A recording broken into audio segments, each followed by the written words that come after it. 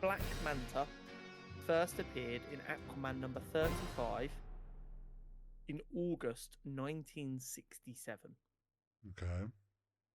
He an old boy. Yeah, he an old boy. And Black Manta is one of Aquaman's main foes, if not his main foe. Mm-hmm. And he is also the genre of DC villain that is obsessive. Right. We've Okay. spoken before about how the Joker is obsessed with Batman, and Mm-hmm. Reverse Flash is obsessed with the Flash. Yep. Black Manta is obsessed with Aquaman. Right. Okay. Manta was born in Baltimore and enjoyed playing in the sea as a child. Right. However, one day he was kidnapped and forced to work on a boat as a child. Okay. While trapped on the boat, he saw Aquaman and tried to signal for help, but Aquaman didn't see him, leaving Manta stuck on the boat with his captors and tormentors. Right. Manta was stuck on the boat for a very long time. We're not quite sure how long, but for a long time. Eventually, Manta was forced in a situation in which he was forced to kill his captors and escape. Okay. As a result of his time on the ship, he had grown to hate the sea, and Aquaman, who he saw as intrinsically linked with the sea, being the protector of the sea and sea creatures, Mm-hmm. as well as obviously Aquaman being someone he thought chose not to help him. Yep. Upon returning to the mainland, he was taken to a mental hospital for his autism. Now, Right.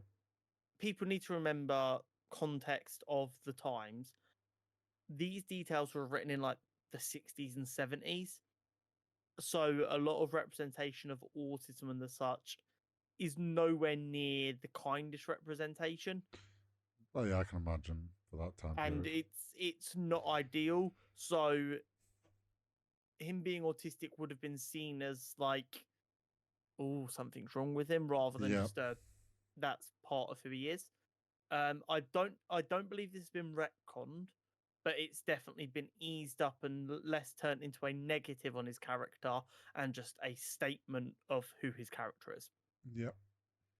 Um, while in this mental hospital, he suffered even more abuse at the hands of his carers. In various attempts to cure him, Right. he was subjected to essentially waterboarding and everything. Mm. Um, so much so to the point where he actually viewed the waterboarding as comforting and his comfortable bed as torture. Damn. Um, in an attempt to get him to communicate with them because he was non-verbal, they began injecting him with different cocktails of drugs. Sure. That would help. Eventually, this did get him able to communicate full sentences. Um, and Manta used his ability to communicate more fully with them to calm the doctors and get them to loosen his restraints. At which point, Manta grabbed the needle used to inject him with all these horrible chemicals and killed the doctor and escaped. Ah. At which point, Manta kind of disappears for a while, and we Okay. don't see him again until he's an adult.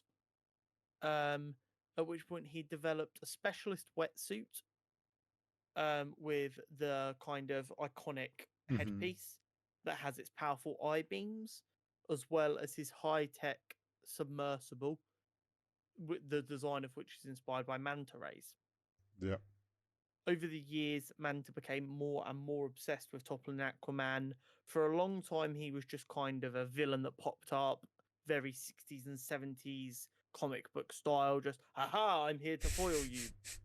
Like, proper, like, imagine Yeah. He Man.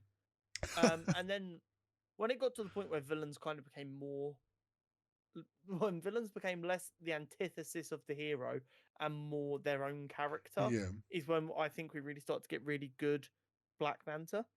And that all kind of culminates in the infamous story that is now referred to as Death of a Prince, in which Manta traps Aquaman, Mm-hmm. Aqualad, and Aquababy, Mm. forcing Aquababy into a cage that would slowly suffocate him until either Aquaman or Aqualad killed each other. Oh. So he put Aquaman and Aqualad in a cage and said, "You two fight to the death. But if you're not quick enough, the baby dies." Right. They did manage to escape the trap. However, they were too slow and Aquababy died. Uh-oh. Yes. This was quite shocking for the time, as I'm sure you can imagine, because this was like the late 70s. And like even today, killing a baby is not something that's really done.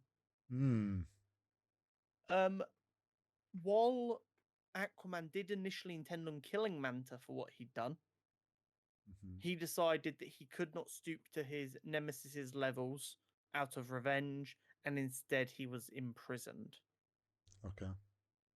While imprisoned for Aquababy's murder, he sold his soul to the demon Neron and became a human manta hybrid. This was, I'm willing to bet, late 80s, early 90s, where stuff got really wacky in all comic books for a while. Sounds it.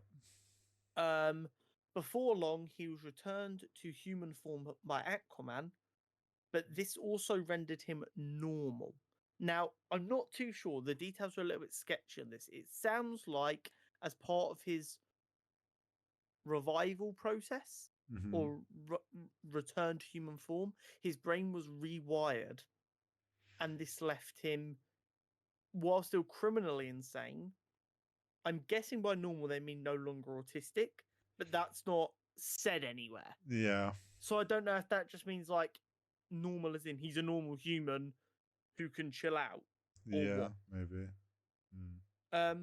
All I do know is he did go back to his criminal ways until Aquaman was presumed dead, Right. at which point he just became a fishmonger.